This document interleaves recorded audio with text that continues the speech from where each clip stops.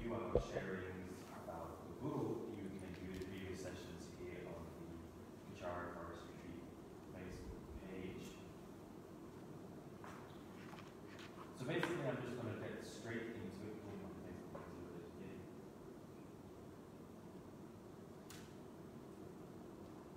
So I'm just going to get straight into it. So we start on page 130, which is actually about committees at Dharma centers. When you're doing committee work, your responsibility is to sharpen your bodhisattva intention and your bodhicitta attainment. Dharma centers are places for people to grow and improve, and because this is beneficial, more centers will open in the future.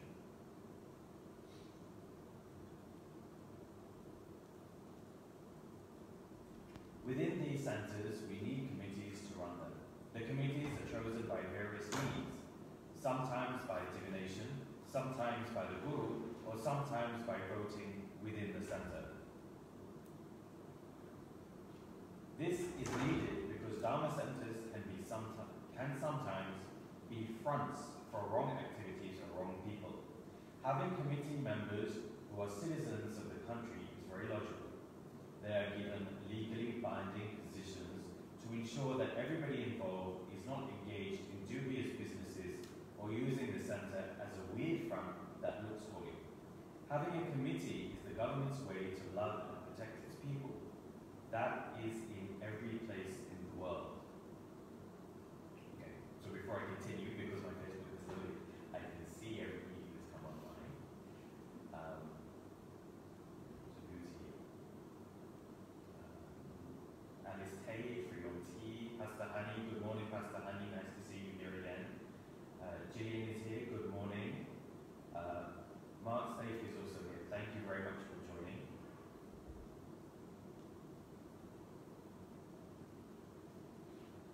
Jacinta Go, Mr. Lum, and Sam Funhei is always online. I think some people were having problems with the sound a little bit earlier. So if there's still problems with the sound, please let me know. Just put a comment on the live comments and let me know, and I'll just things again if necessary.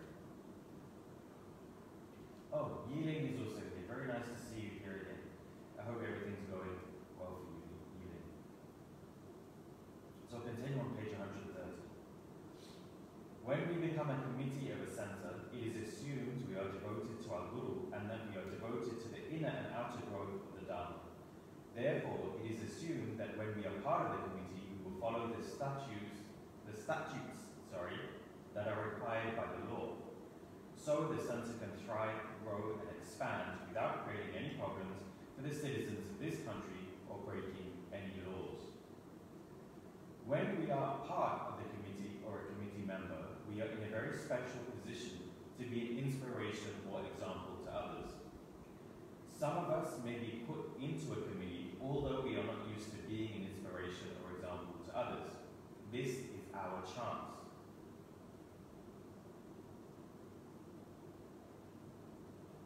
We become an inspiration or example when we are put in a position where we have to be.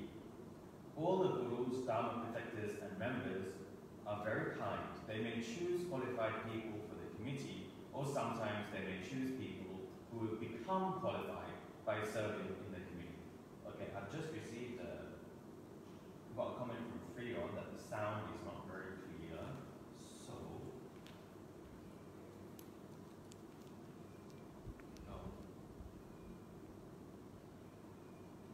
okay, let's see if did that make a difference to the sound? I hope it did. Hopefully that made a difference. Freon, did that make a difference? Please let me know. Hopefully the sound is better. So anybody online who can hear me, just let me know if the sound became better just now. Alright? So while waiting for that, I will continue a little bit.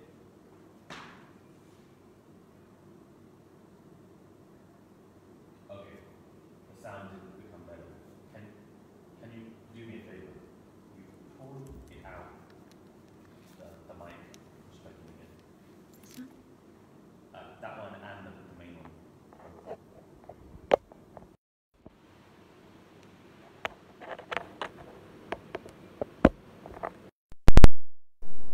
And then try the black one as well. Yeah.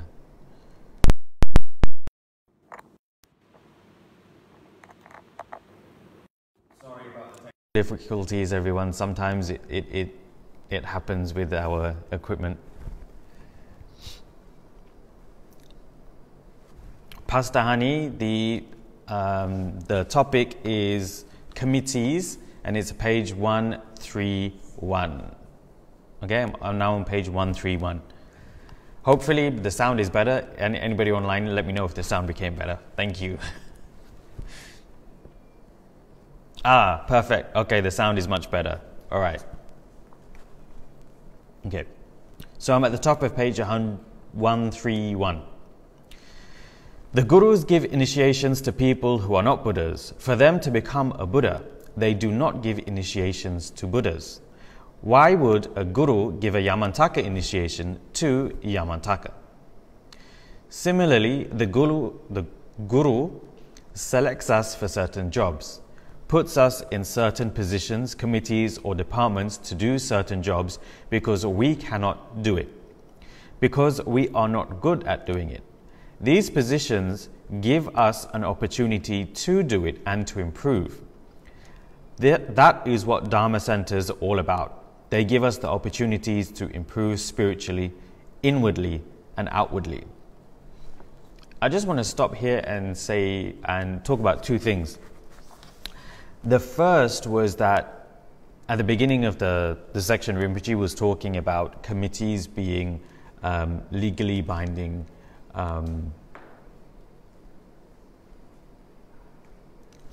groups that run Dharma centers and Dharma organizations. And he also said that everything should be done within the law. And of whichever country you're living in.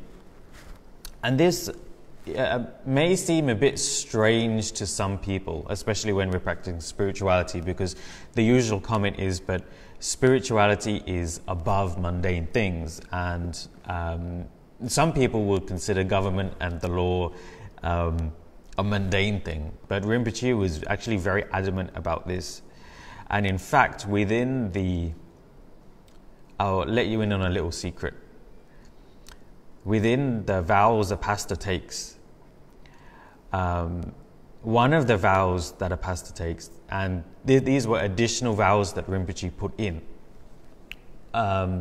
is actually it literally says to be a law-abiding citizen. So it's to make sure that we abide by the law of whichever country we are in at that time, and to make sure that we don't transgress any of it. Now, this might seem a bit obvious to some people, that when you're doing Dharma practice, when you're doing Dharma work, you have to abide by the law. But actually, you'll be surprised how many spiritual practitioners don't consider that to be a part of their spiritual training, a part of their spiritual path, to actually abide by the laws of their country. It's not that they ignore it or that they intentionally break the law. It is that they don't consider that to be a part of spiritual training. But you see, spiritual training is when you're in it, when you're doing work, when you're doing Dharma work, you actually have to be aware of all of this. Especially in Malaysia, it's a Muslim country. It's actually a fantastic country because it allows all other religions religious freedom. But you also need to bear in mind that it is a Muslim country. So there are certain things that we can or cannot do.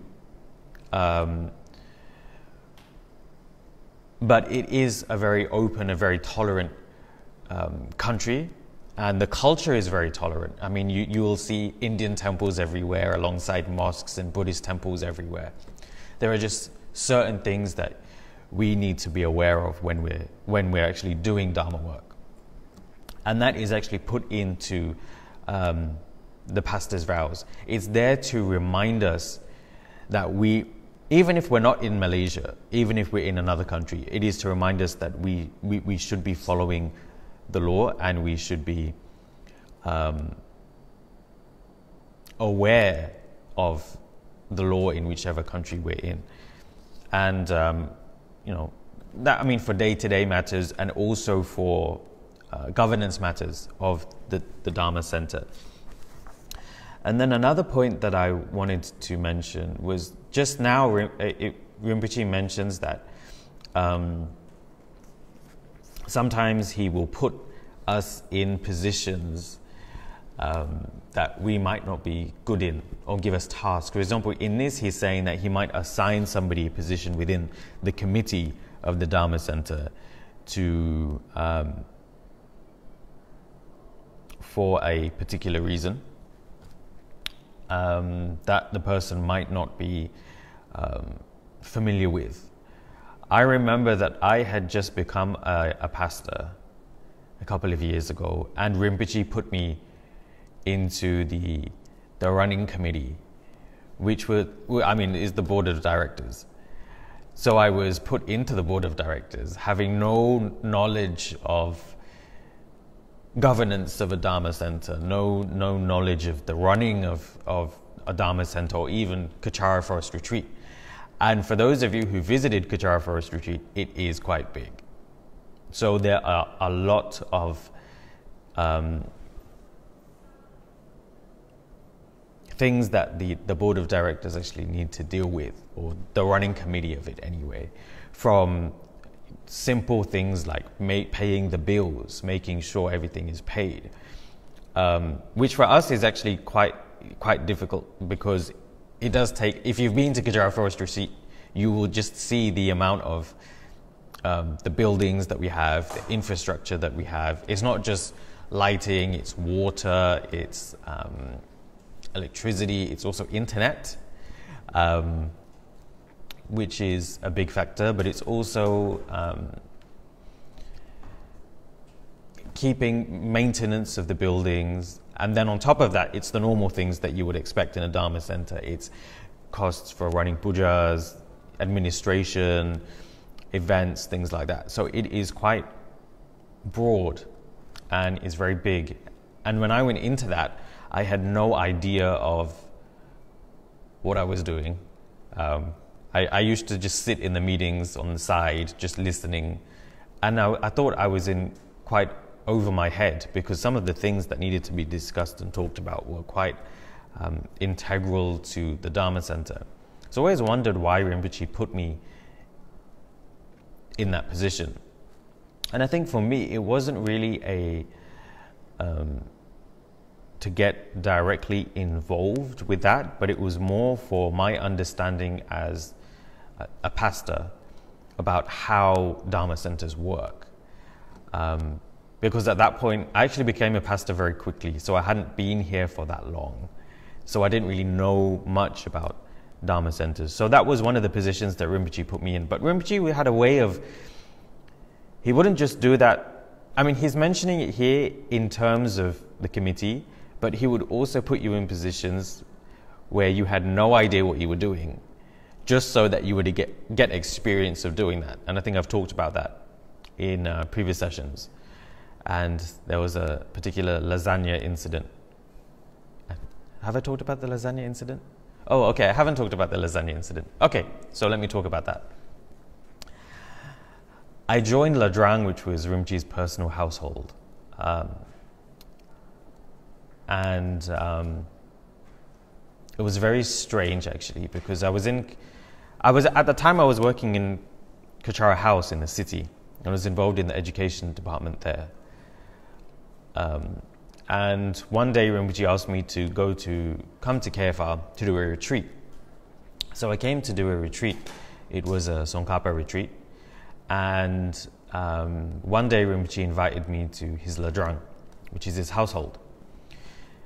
So I went to see Rinpoche, and Rinpoche said he was very happy for me that I was doing a retreat in Kefar, and that he would like me to stay in Kefar a bit longer, for a week, and continue with my retreat for an entire week. So I thought, okay, since it's Rinpoche's instructions, I'll stay longer and I'll do my retreat. A week passed, and then Rinpoche invited me to the Ladrang again and said, okay, this time I want you to stay another week, but this time you can join me in the Ladrang, and you can just you can just see what happens in a Lama's household. So I did that. And at that point, Rinpoche decided that he would go back down to the city for a little while. So he moved back down to the city. And because I was in the Ladrang at that time, I migrated with Rinpoche from Bentong all the way to Kuala Lumpur.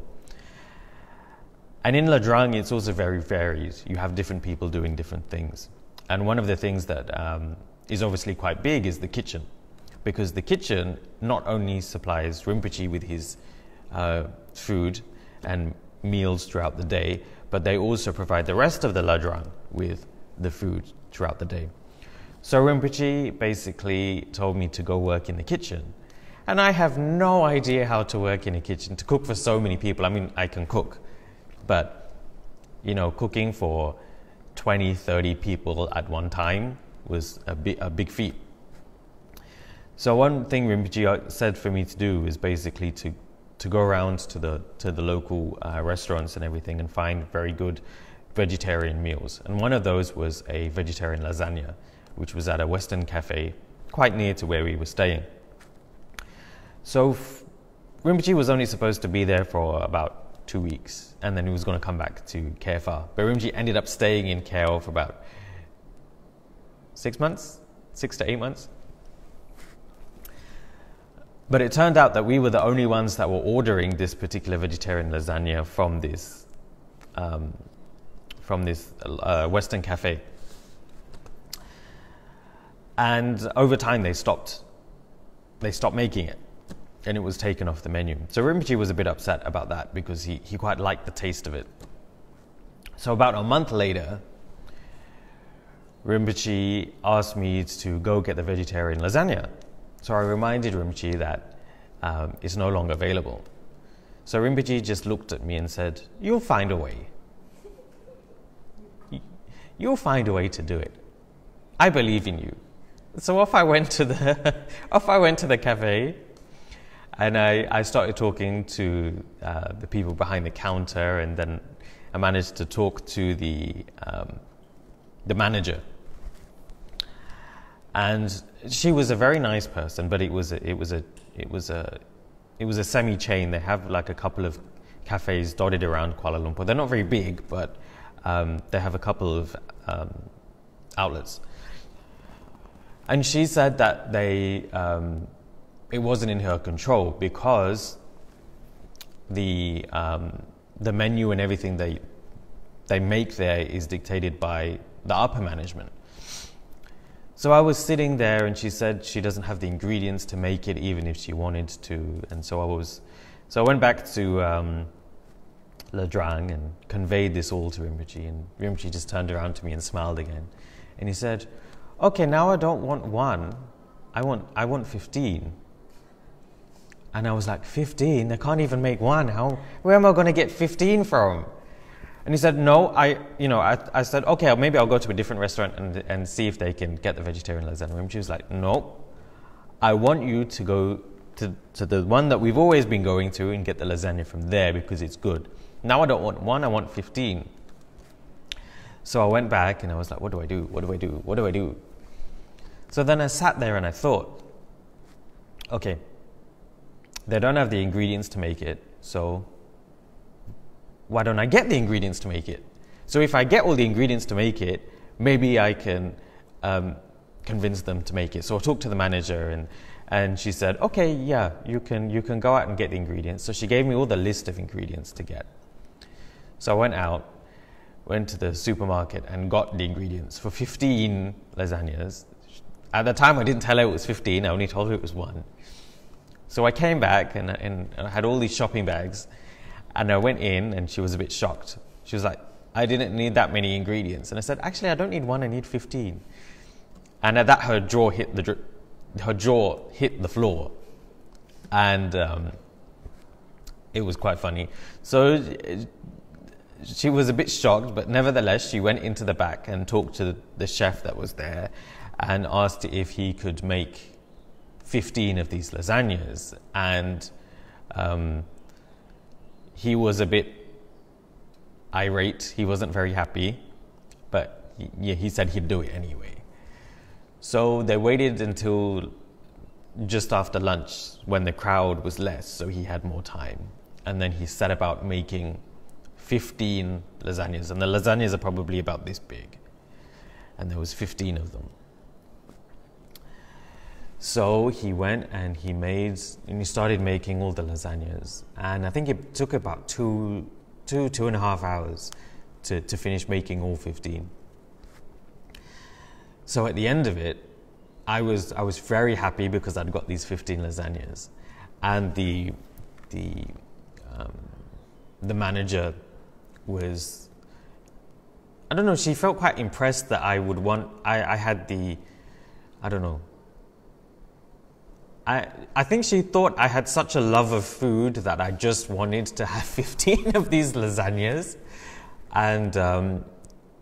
So she was very friendly, and actually I still talk. She's still got my number now, so she still talks to me occasionally. And once the lasagnas were finished, the chef comes out the back. He pulls out the chair next to me. I'm having a coffee and a cake, and he sits down, and he's tired as hell, and he said, "That's the most fun I've ever had in this job." And I'm like, "What do you mean?" And he goes, "It was such a rush for him as a cook to need to make 15 of one dish in a very short space of time. Plus, he was also making the orders that were coming in, normally because the cafe was open." So he was just happy. He was just extremely over the moon that he actually managed to do it. And he said it's the most fun he's had cooking in a long time. So, he was happy, the manager was happy, I was happy. So I went back to Le Drang with these 15 lasagnas. I think it took me because I was walking, so it took me 7 or 8 trips to carry all the lasagna back. So I got to the Le Drang, got to the kitchen, plated the lasagna for Rinpoche, and knocked on Rinpoche's door, and he was working away on his computer. So I gave Rinpoche his lasagna, and he said, "Oh, okay, very well. You've done very well. Okay, now you can go and give it to everybody else." And I was like, "Rinpoche, don't you want the lasagna?" And he goes, "No, not really." And he said, "You can serve the rest to everybody in Le Drang as well." So I was like, "Okay." So I had no idea I was dazed at that point because the whole day had, been quite rough. And then there Rinpoche is saying he didn't actually want to eat the lasagna. So it turned out that Rinpoche actually didn't want the lasagna for himself. He actually wanted it for everybody that was working in Le Drang at that time. So it was Le Drang staff and the riders team. So the riders team were doing some long blog posts on tsemrinpoche.com. So we went there. So everybody basically had this lasagna. So basically the point of my story, even though I've gone a roundabout way, is that Rinpoche always put people in positions that they were not used to, or gave them assignments that they were not used to make sure that they know how to do something. It was all about self-improvement with Rinpoche. On the surface level, you could say that it was self-improvement about doing mundane things. For example, getting 15 lasagnas from a cafe that doesn't do it anymore is a mundane thing. But it also teaches us, it also has a spiritual aspect to it. The spiritual aspect to it here, in this case, I realized later on, was twofold. One was perseverance, which is never to give up. You see, even though it's a very small, mundane thing, it teaches you perseverance. If you can't persevere in such a small, mundane action, you won't be able to persevere in your spiritual transformation. And that is something that Rinpoche wanted for all of his students, basically, was to make sure that they had that perseverance, that level of perseverance. The second quality here was actually being able to solve a problem on the spot. if you had the fortune of being with Rinpoche, things would come up, and problems or issues in Dharma work, or when Rinpoche is trying to help somebody, and Rinpoche on the spot would actually give a viable solution to the problem. And most of the time it was very out of the box thinking. Very, very out of the box. You would be wondering, how is that going to help the situation? That doesn't make any sense. But then you'd go along and you'd do it, and it would work out. So Rinpoche had this. Rinpoche was always like, we say that a person is one step ahead in their thinking. Rinpoche was like 10 steps ahead in his thinking. You would never be able to realize that his solution, the solution that Rinpoche gave, would actually have a beneficial outcome. But this is actually something that Rinpoche was trying to get us to train in as well. So when he gave us an impossible task, it was to help us to find ways to solve problems. And I mean, that's even just useful in a business environment or a secular environment or a situation in relationships. But it's also very beneficial in your spiritual life as well. So we see here that we always, within Buddhism, we always talk about things like perseverance and self-control and concentration. But we usually have, when we think about it, we only think about it in spiritual terms. But you start in mundane terms. You start with everyday actions that you go through, and you start building up through those. And then you achieve that quality of having perseverance in your spiritual practice, because you've already achieved it in your secular life, your secular practice. Another thing that Rinpoche always stressed, for example, is consistency. If you're not consistent in something, you're not going to be consistent in your spiritual practice. So one of the easiest ways that Rinpoche tried to get people to be consistent is doing a daily sadhana. If you can't do a daily sadhana, and if you can't do that every day, you're not going to be consistent in the rest of your spirituality, in transforming yourself. So that's one of the reasons that Rinpoche was so adamant about people doing a daily sadhana. Okay, I have a comment from Chung. Chefs have an interesting job profile, don't they, to make people happy? Yes, they do. Yes. Everybody likes a good meal, but don't be too attached to a good meal. Okay, sorry, I went off on a tangent again, as I usually do. Okay, let's see if I can actually finish this section today. Yep, I think I can.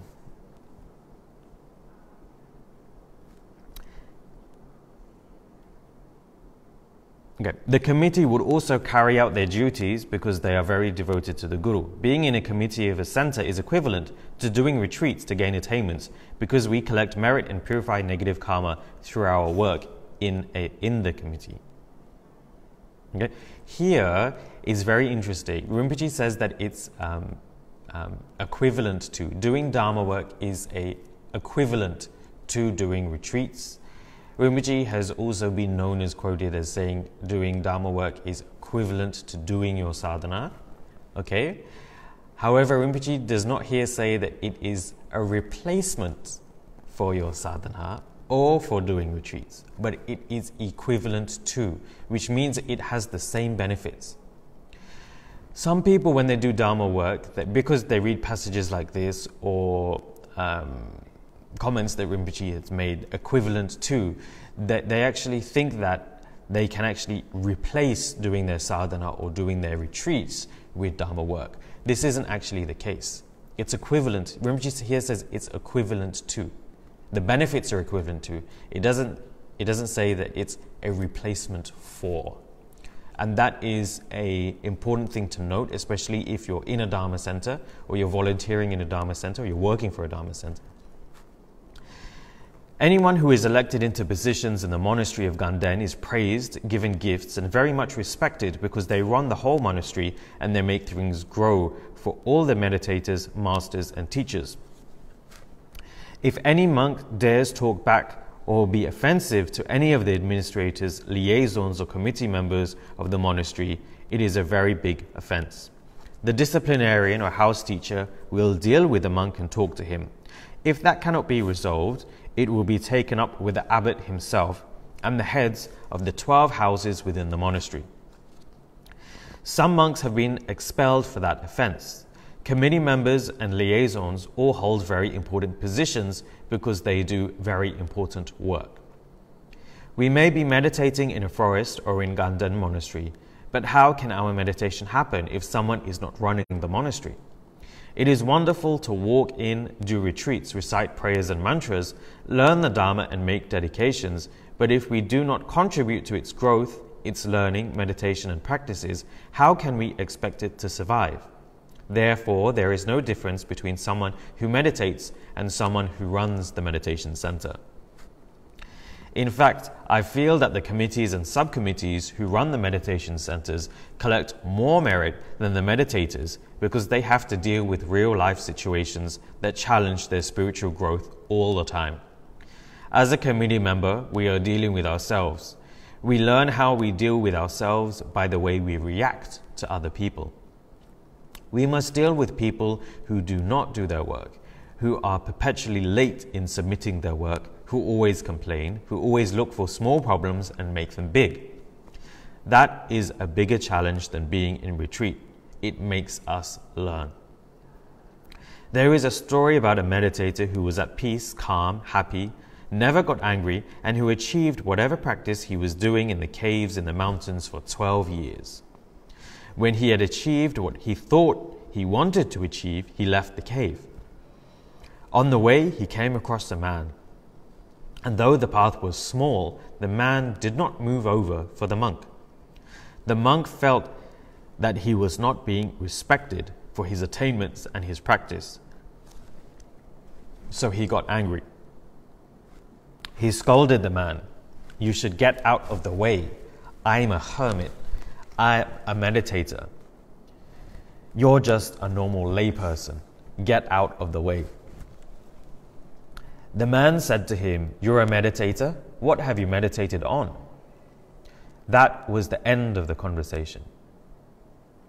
When we are in a cave, in the confines of our homes or our shrine rooms, sitting there all peaceful, happy and meditating on universal Buddhas, it is very easy. There is nothing to change us, irk us, or bring out the dirt. When we are in a position in a center, it is like getting an X-ray. We see all our problems and bad points. Actually, it is a blessing and it is beneficial to be in that position if we want to advance in our Dharma practice. There we can see how strong our spiritual conviction is in dealing with others and in overcoming problems. A committee member, a liaison, or a member of a Dharma community must show respect to other people. Never point fingers at anyone. Nothing is accomplished by hurting or damaging people. Everybody knows who is doing nothing and who is doing something. If we point fingers and accuse people of being sneaky, lazy, selfish, we just increase their sneakiness, laziness, and selfishness because they will just go deeper into their shell. As committee members, we have to learn to talk about problems and issues in general in a skillful manner. It is not a matter of giving people face, it is compassion. Everybody will get through a difficult stage if we give them love, patience, support, and help. Everything is accomplished by giving them care and understanding, and by forgiving them and forgiving ourselves. Be forgiving of each other. We should not wait for another person to inspire us. We should inspire each other. We should try hard, push each other in a positive way, and make the center grow. When we have arguments, we should shake hands and say we are sorry before we leave. We are all human. If we have disagreements with each other and someone says something that offends us, we should not hold it. It is not a matter of winning or losing. It is a matter of letting the other person win. When we are doing our committee work, our responsibility is also to sharpen our bodhisattva intention and our bodhicitta attainments by working with difficult people, with people we would not ordinarily work with, and in situations that we find difficult. We overcome them and we grow. The whole situation allows us to grow, to bring attainments to other people and to collect merit. We always recite our dedication prayers for the sake of all sentient beings, but why do we think about all sentient beings when we cannot even take care of 100 or 200 sentient beings in a Dharma center? Do we want to just sit on a cloud, give them a rain of Dharma, pour nectar on them from a vase, and hope they become enlightened? Go back to fantasy land. That does not happen. How do we work for all sentient beings? We start with 1, 2, 3, 4, and we dedicate our merits. From that one person to those few people, we gain the merit and experience to deal with 10, 20, 100, 200, and eventually we are able to deal with thousands. Then we can deal with all sentient beings. People like His Holiness the Dalai Lama practiced over many, many lifetimes so that whatever they say now can influence 5,000 people's minds. He started with 1 or 2 people. That is a bodhisattva's way of going toward Buddhahood. If we are devoted to our gurus, to the Dharma center, to the growth of Dharma and to our Dharma growth, then we will be very, very energetic in doing committee or Dharma work. If our guru gives us a position and we happily take it, or we take it unhappily but become happy, it means we are growing. We have challenged ourselves out of devotion to our guru and therefore to ourselves. So that actually completes the section on committees. But as I was talking about earlier, it is more than just about committees, especially for people who are reading this who are not in a Dharma committee. It is about challenging yourself to become a better person.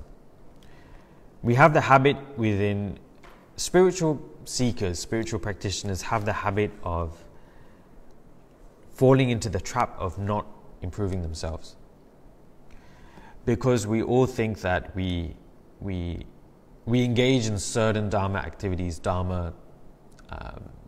or just spiritual activities, and we automatically think we are good people now, we're bodhisattvas, we're very patient, we're very kind, just because we're doing our sadhana, or just because we come to one puja once a week in a Dharma center, or that we come to help out to volunteer.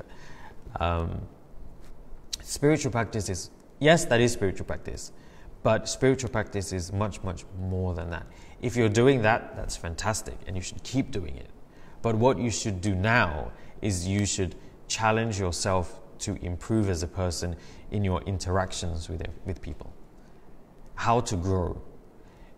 If you're doing Dharma work, or if you're volunteering, do you only talk to certain people because you like them, or do you go and talk to certain people that you have a little bit of you might not like that much, or you don't know that well, and you want them to, you just want to be happy doing your Dharma work? Or do you actually go and interact with people that you usually wouldn't? Do you broaden your horizons in your sense of other people, what they have gone through, their life stories? Do you intentionally want to work with difficult people? That is challenging yourself, because it is in those situations where you actually get to practice the Dharma. So that is the message of my sharing with you all today. I'm going to be ending here, so I need to end a little bit early today. So today's sponsor is actually Karen Wong. May all find peace and happiness and be guided by the Dharma. If you would like to sponsor any of these sessions, you can do so by clicking on the links provided in the description above. So thank you all for joining today's session, and I will see you next week. Week after. See you the week after. All right. Thank you very much for joining, and have a good day. Be blessed and keep transforming. Thank you.